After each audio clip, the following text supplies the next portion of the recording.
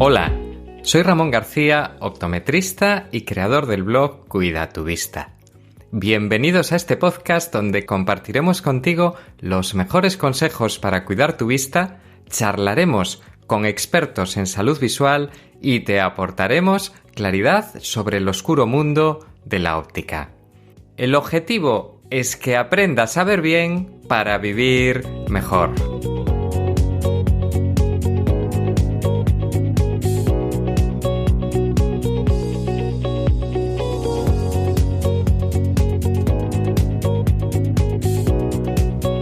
Muy buenas, querido oyente del podcast Cuida tu Vista. Tanto si es la primera vez que te pasas por este programa como si ya has escuchado anteriores episodios, te doy la bienvenida. Por supuesto, te doy las gracias y también decirte y confirmarte que estás en el sitio perfecto si te preocupa tu visión, quieres conocer los mejores hábitos saludables y saber qué se cuece, cuáles son las novedades y conocer la opinión de los mejores expertos en salud visual. Y prueba de ello es el invitado que tenemos el privilegio de entrevistar hoy, que es una de las referencias en todo lo relacionado con la investigación de miopía a nivel internacional. Se trata de José Manuel González Meijome. Hola José, ¿cómo estás? Muy bien, Ramón, gracias por tu visita. José Manuel tiene un currículum absolutamente abrumador. Desde que se diplomó en óptica y optometría por la Universidad de Santiago de Compostela con premio extraordinario, fin de carrera, que fue en el año 1997, pues pasó posteriormente por la Universidad de Nueva Gales del Sur en Sydney y a partir de ahí ingresó en la Universidad de Dominio y después se doctoró en esa universidad. Pero esto fue solo el inicio de una carrera centrada en la docencia y en la investigación, siendo uno de los referentes mundiales a nivel de investigación en miopía. Luego nos dirá qué es lo que está realizando ahora. Bueno, y también me gustaría decirte un poco de qué temas vamos a hablar durante este programa, durante este episodio del podcast Cuida tu Vista. Y estas serán algunas de las preguntas que resolveremos y responderemos durante esta entrevista. ¿Cuál ha sido la evolución de la miopía en el mundo durante estos años y qué expectativas de futuro tenemos? ¿Por qué las consecuencias del aumento de la miopía son mucho más serias que el hecho de necesitar unas gafas o unas lentillas? ¿Cuáles son las causas de este aumento de la miopía? ¿Qué podemos hacer para detectar cuanto antes una miopía o incluso una premiopía? ¿Y en qué nos tenemos que fijar y qué tipo de controles debemos de realizar?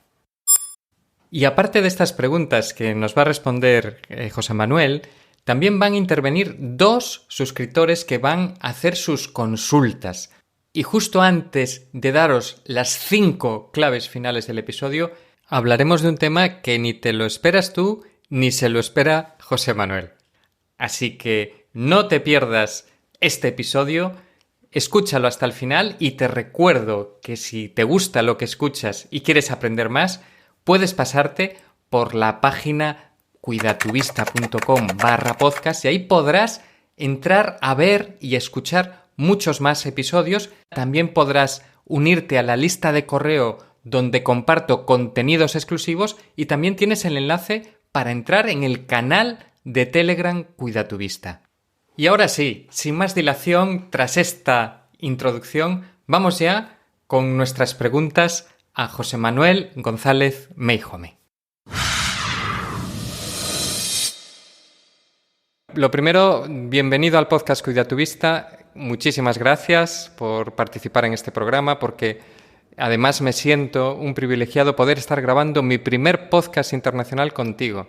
Desde la Escuela de Ciencias de la Universidad de Dominio, situada en Braga, que es una preciosa ciudad que está a 45 kilómetros de Oporto y muy cerquita de la histórica Guimaraes, donde existe un segundo campus de la misma universidad.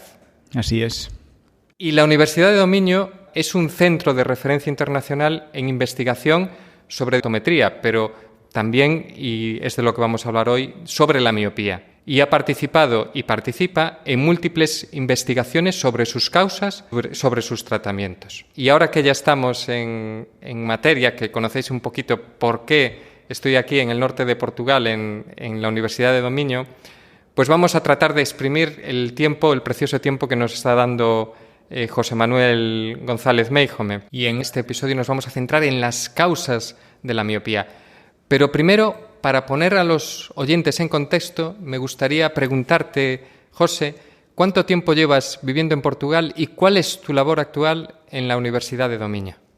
Pues llevo aquí viviendo casi 22 años, casi media vida y la inmensa mayoría de mi vida profesional.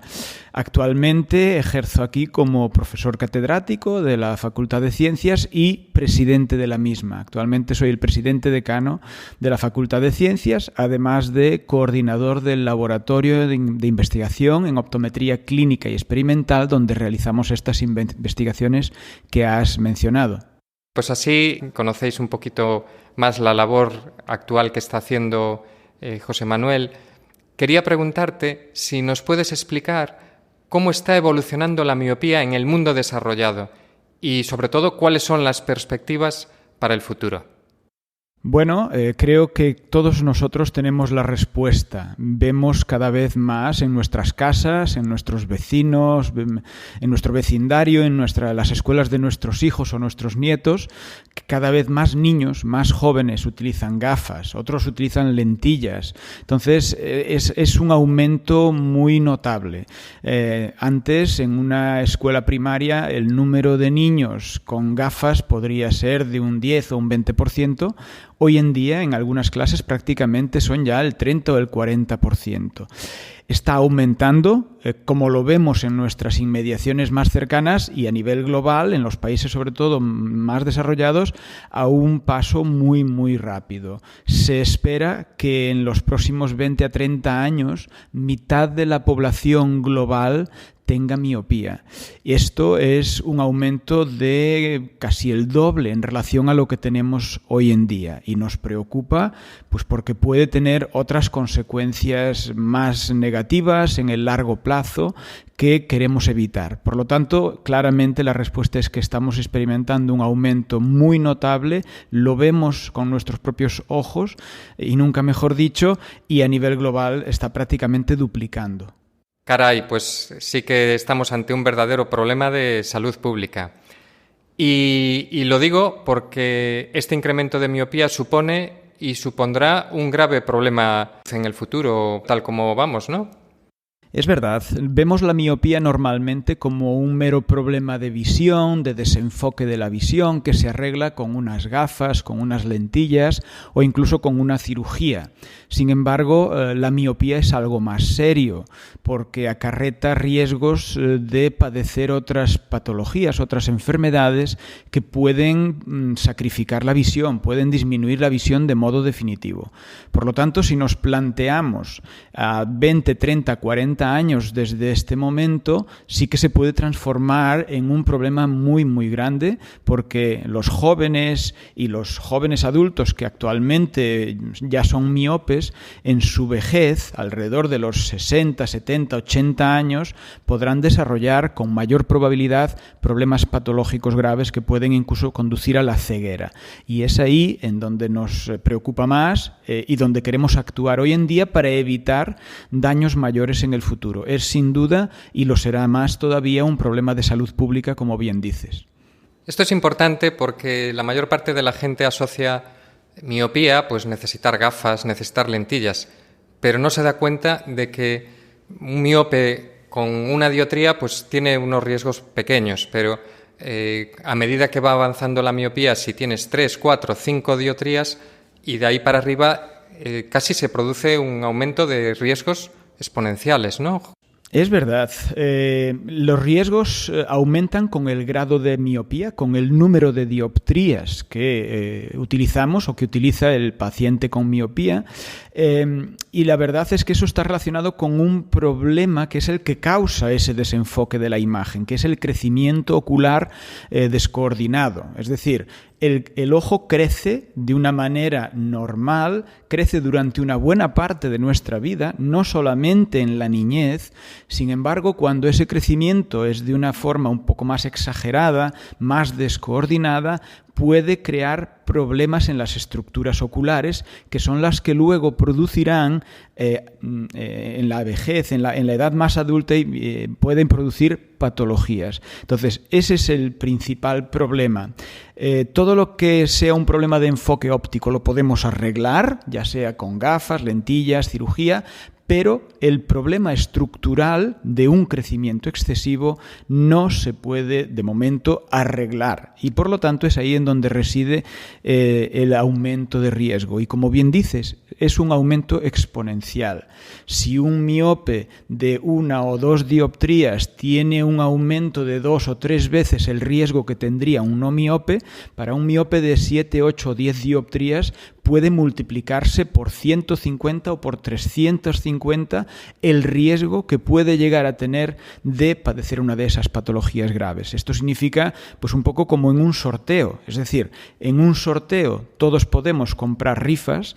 Todos compramos una rifa para los problemas patológicos de la miopía, pero los miopes y de más alto grado tienen muchísimas más rifas en ese sorteo. Puede tocar la patología al no miope, pero es muy raro, pero al miope puede no tocarle, pero es mucho más probable que le pueda pasar. Está claro que tenemos que intentar que avance lo menos posible la miopía. Pero ahora vamos el título de este episodio del podcast es sobre las causas de la miopía. Entonces, ya sabemos que los datos nos dicen que va a seguir aumentando, pero me gustaría saber si nos puedes decir por qué cada vez hay más miopes y de graduaciones más altas. ¿Cuáles son las causas de la miopía?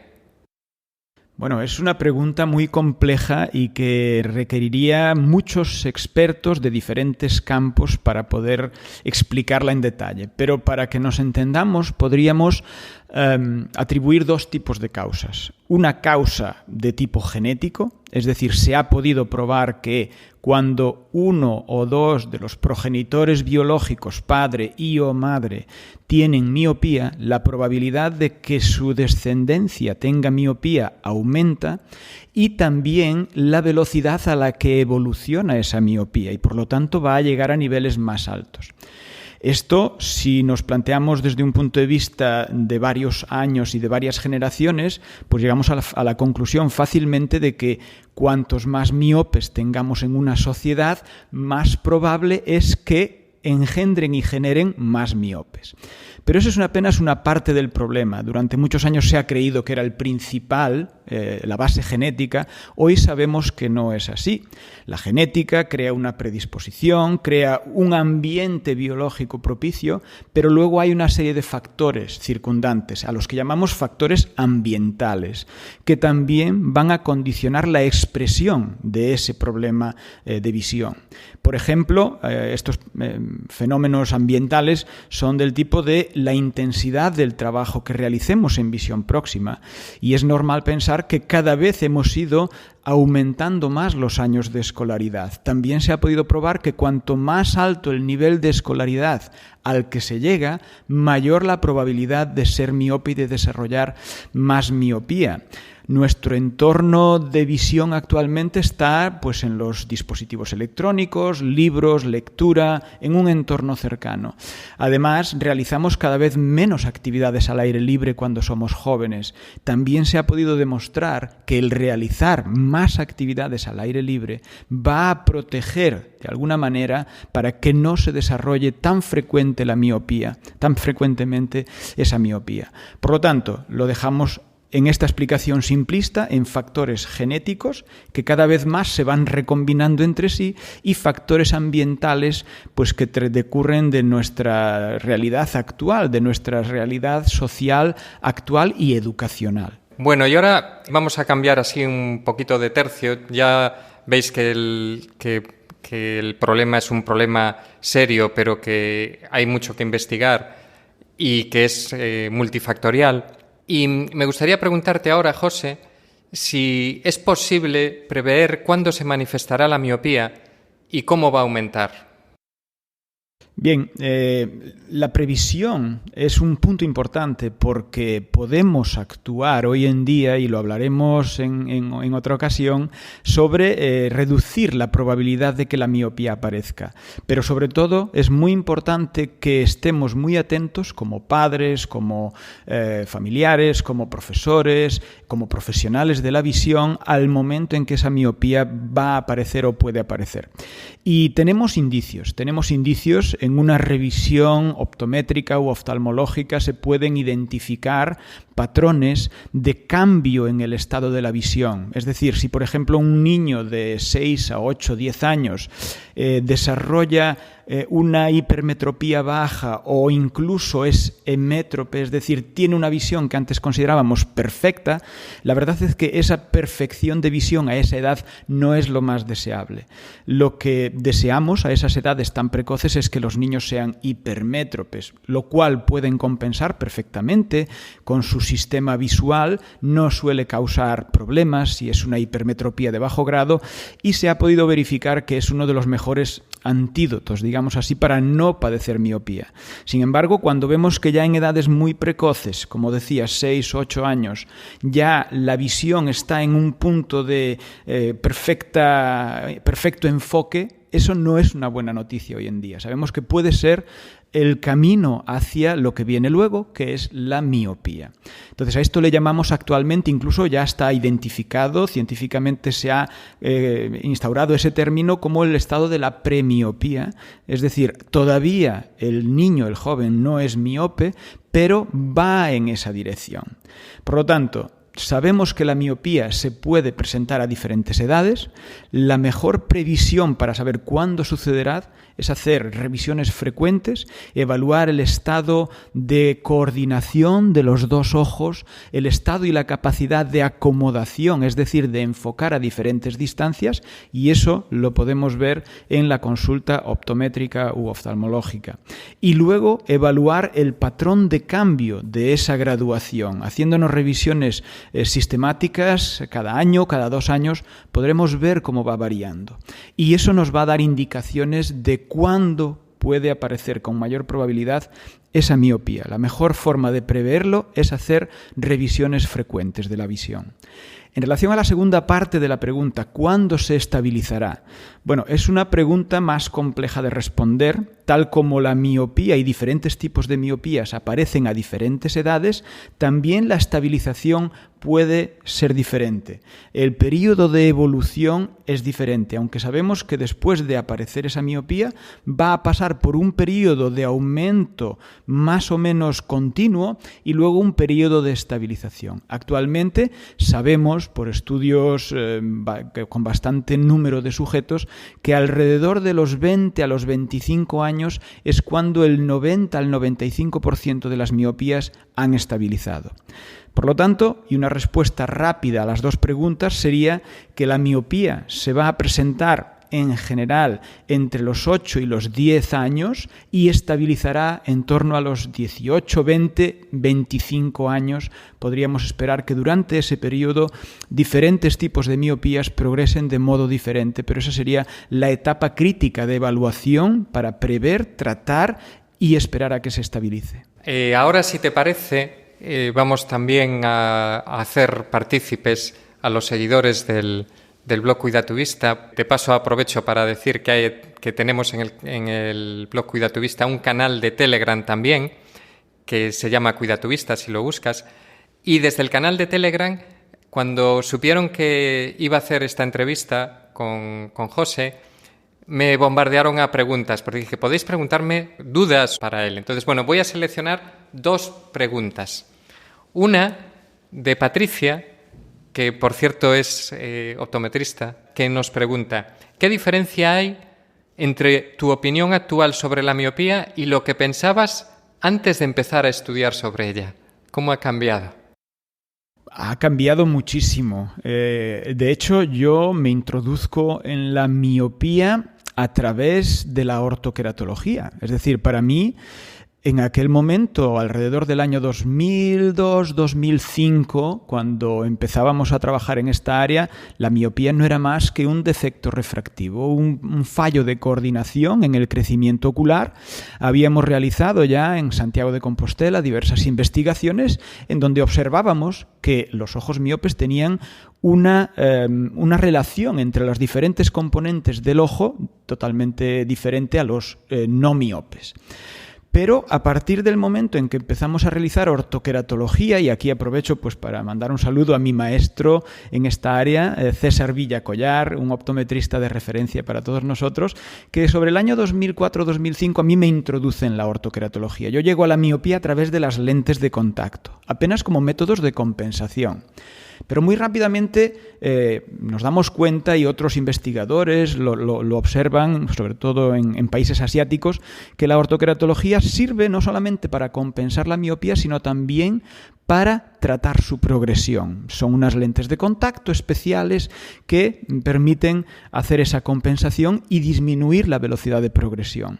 Y a partir de ahí se empiezan a suceder una serie de investigaciones que realizamos en donde vemos que es posible hacer algo tan importante como condicionar el crecimiento de un ojo humano.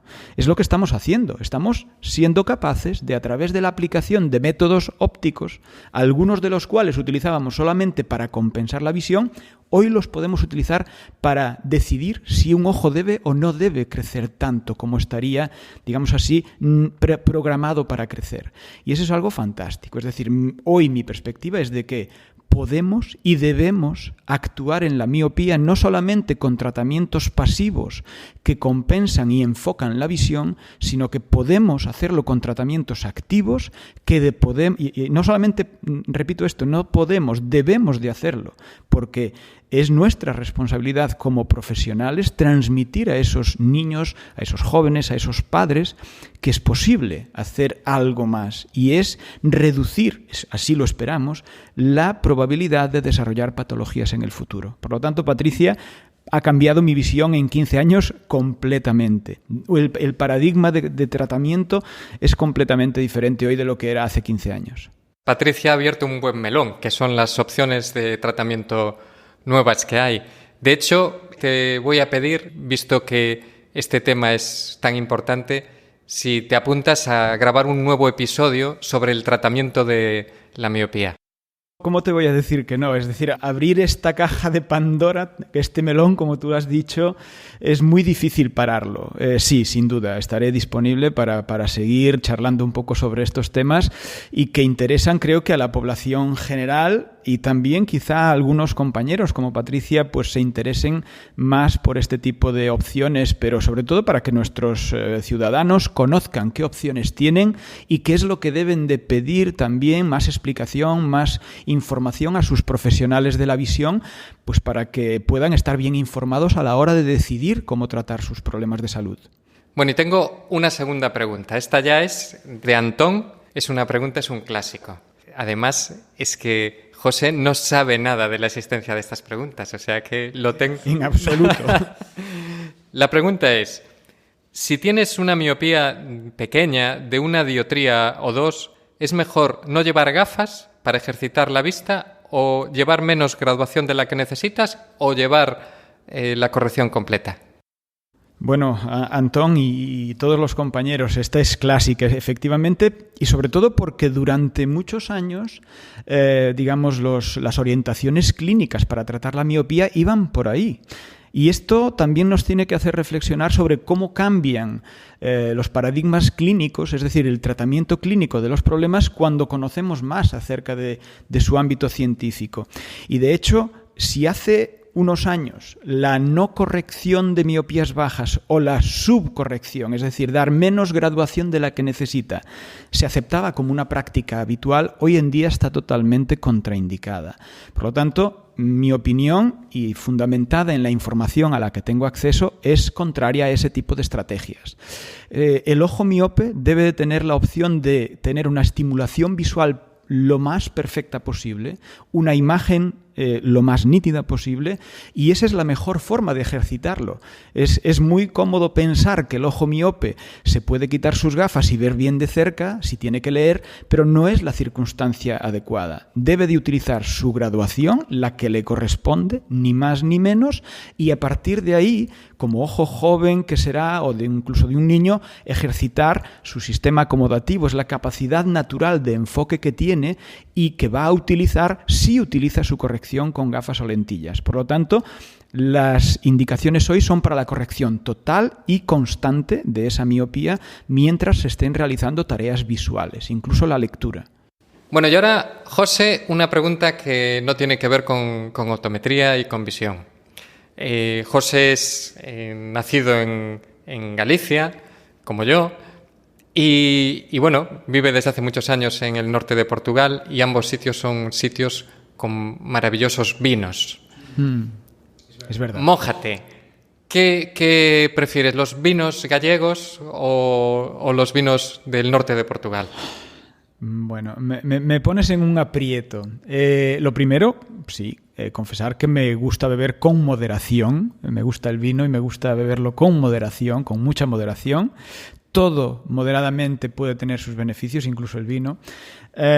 Y lo siguiente es decir que me pones en un aprieto nuevamente porque entre Galicia y el norte de Portugal, que son mi tierra nativa y mi tierra adoptiva, es muy difícil elegir. Pero yendo al objetivo y como investigador, y no todo va a ser ciencia, tengo que darte una opinión. Entonces, basándome en la variedad que hoy en día conozco aquí en el norte de Portugal, y estoy hablando del Duero hacia arriba, nada más. Zona de Miño y zona de Duero, Douro, como le llamamos aquí.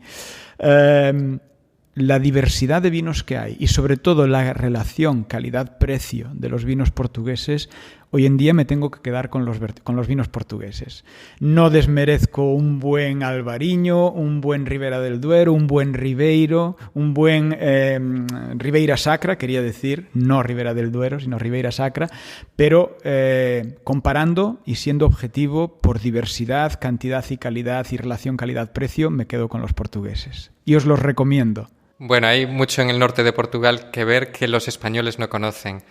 La ciudad de Braga, la ciudad de Guimarães, que la gente se sorprende. Bueno, animo a todo el mundo a que se pase por aquí y que, por supuesto, también por Galicia. Y bueno, dicho esto, nos vamos ya con las 5 claves finales del episodio. Clave número 1. Se desconoce actualmente mucha de la información sobre las causas de la miopía, pero sabemos lo suficiente como para tener claro que podemos intervenir sobre algunas de ellas y debemos de hacerlo. Clave número 2. Se conocen cada vez más datos sobre la interacción de diferentes factores de riesgo que nos permiten incluso prever, con un margen de error, por supuesto, la probabilidad de aparición y progresión de la miopía. Clave número 3. La corrección de la miopía ha de hacerse de forma completa y constante. El no usar las gafas o usar menos graduación de la que corresponde puede incluso hacer aumentar la miopía. Clave número 4. La miopía no se puede curar todavía, pero sí podemos evitar que aparezca tan frecuentemente y también que aumente tanto y tan rápidamente. Lo importante es que se revise la vista cuanto antes a los más jóvenes, para poder identificar los factores de riesgos o la miopía ya instalada. Clave número 5. Actualmente ya existen tratamientos eficaces para disminuir el aumento de la miopía. El profesional de la visión le podrá informar sobre ellos. Y tras daros estas 5 claves del episodio, os confirmo que vamos a grabar en próximas fechas otro nuevo episodio sobre tratamiento de la miopía. Muchísimas gracias, José, por tu inestimable colaboración en esta tarea divulgativa y por tu hospitalidad en la Universidad de Dominio. Muchísimas gracias en mi nombre y en el de todos los amigos de Cuida tu Vista. Un placer poder estar aquí y os recibiremos en la Universidad de Dominio siempre que queráis. Y para terminar, quiero darte las gracias especialmente a ti, querido oyente, por estar ahí escuchando este episodio, y te vamos a pedir que si te ha resultado interesante lo compartas para que esta información llegue cada vez a más gente. En la descripción de este episodio te dejaremos además enlaces a un artículo del blog Cuida tu Vista sobre este tema y recuerda que puedes suscribirte a la lista de correo del blog, al canal de Telegram o a tu aplicación favorita de podcast para que te podamos avisar cuando llegue ese nuevo episodio. Hasta la vista.